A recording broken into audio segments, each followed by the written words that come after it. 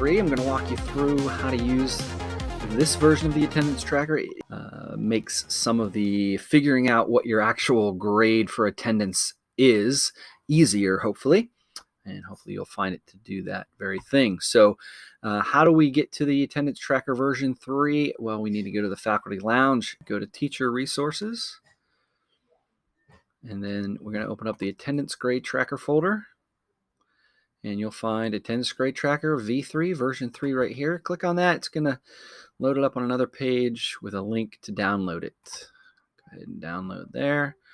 Downloads in your status bar if you're using Chrome. I can click here and it will open up in Excel. And of course it looks like this. It has all the instructions in it. Once you are familiar with how to use this, you aren't going to need the instructions, so I'm going to go ahead and delete those. So first things first, if you're just copying your roster from a previous version of the attendance grade tracker, then you won't need the roster maker. But if you do need the roster maker, it's still here and still works. So what you need to do is actually switch. I'm using Alt-Tab here. If you've never used that, it's pretty fantastic. To switch back to my book here, and I'm going to go to one of my classes I have bookmarked. Go to my grade book. Once the grade book's loaded, I can go to the 3 dots, click on that, do export, and export my grade book. I just need the names, but I got to export the whole thing. I'm going to choose gradebook as CSV. That is the one of 2 options. That's the one you want. I'm going to click the next button, and it will download it down here in your status bar. Once it's done downloading, you can click it. It should open right up. Now we have our gradebook exported. I'm going to select the first name in my list and copy across to the last name and down to the bottom of my list. And then I'm going to right click and choose copy, or you can use Control-C if you like keyboard shortcuts. And I'm going to Alt-Tab back to my attendance gradebook, and I'm going to do a paste here. And you can see that it automatically adds my names over here. Once that's done, all I have to do is make sure that my security or my macros are enabled. So you see this yellow bar up here. It says macros have been disabled. So I have to click Enable Content. Then I can click that button right there, and boom.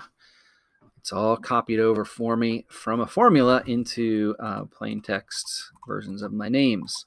So now you probably, if you already copied in your data for Q1 reports for the first half of the quarter, which you actually don't need to do, but if you do that, that's fine. It'll show you the number of live classes that were attended by each student.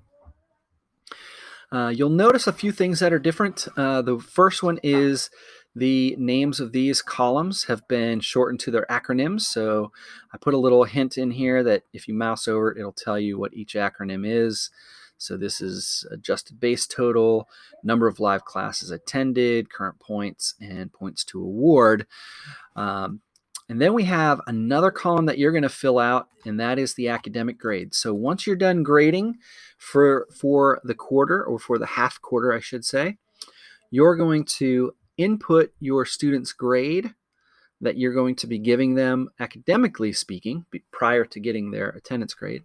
You're going to plug that in here, and that's going to calculate a grade. So let's say they were excused for 3 days, and let's copy Brent's name, Brendan I should say. And just for the sake of this example, I'm going to scroll over to the second half of the quarter, which is green. And I'm going to put him in here a bunch of times. And then if I go back to attendance, now in the second half, which is Q1B, you see that he's attended 10. We're going to say he was out for 5. So out of 16 classes, he attended 10 of them. That comes out to 31 out of 50 points.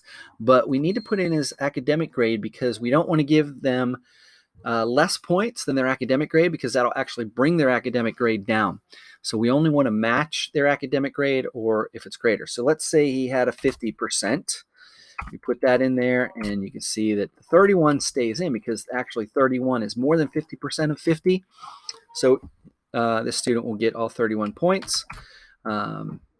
If this was 85, then you see that this student's going to get a 43. If it's 86, still 43.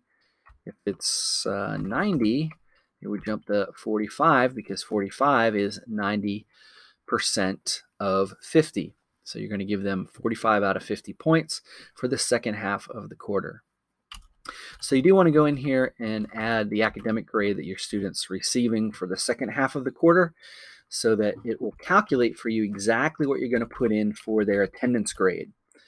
All right, keep in mind that any of the cells that are colored in, do not change anything in there. Don't paste anything in there. Don't delete anything. Don't hit your delete key when you have it selected like I do now, because these are all formula driven. If that happens, hit the undo button up here or Control Z for keyboard shortcut and fix that by undoing. And if you have a day where your students aren't meeting, for example, the days we had MAPS testing, you may want to delete those days. There were 3 days. They are out of here. So you do that by right-clicking on the letter column label at the very, very top, and then choose delete. And that will delete that column from the spreadsheet and adjust everything over here accordingly.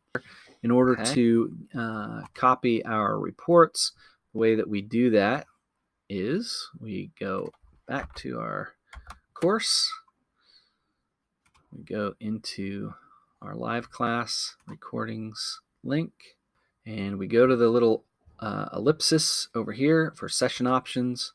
We choose view reports, go to 11.2, view report, export to CSV.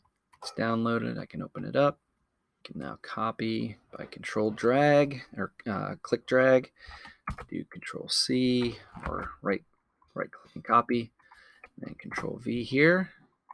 I can see all of my students that were in class actually are matching up with my roster because they're green, except for myself. I'm not on my roster, so my name is in black font color. And that's how we do the Q1 reports. All right, I hope this was helpful to you. If you have any questions, don't be afraid to reach out. I'm always happy to help.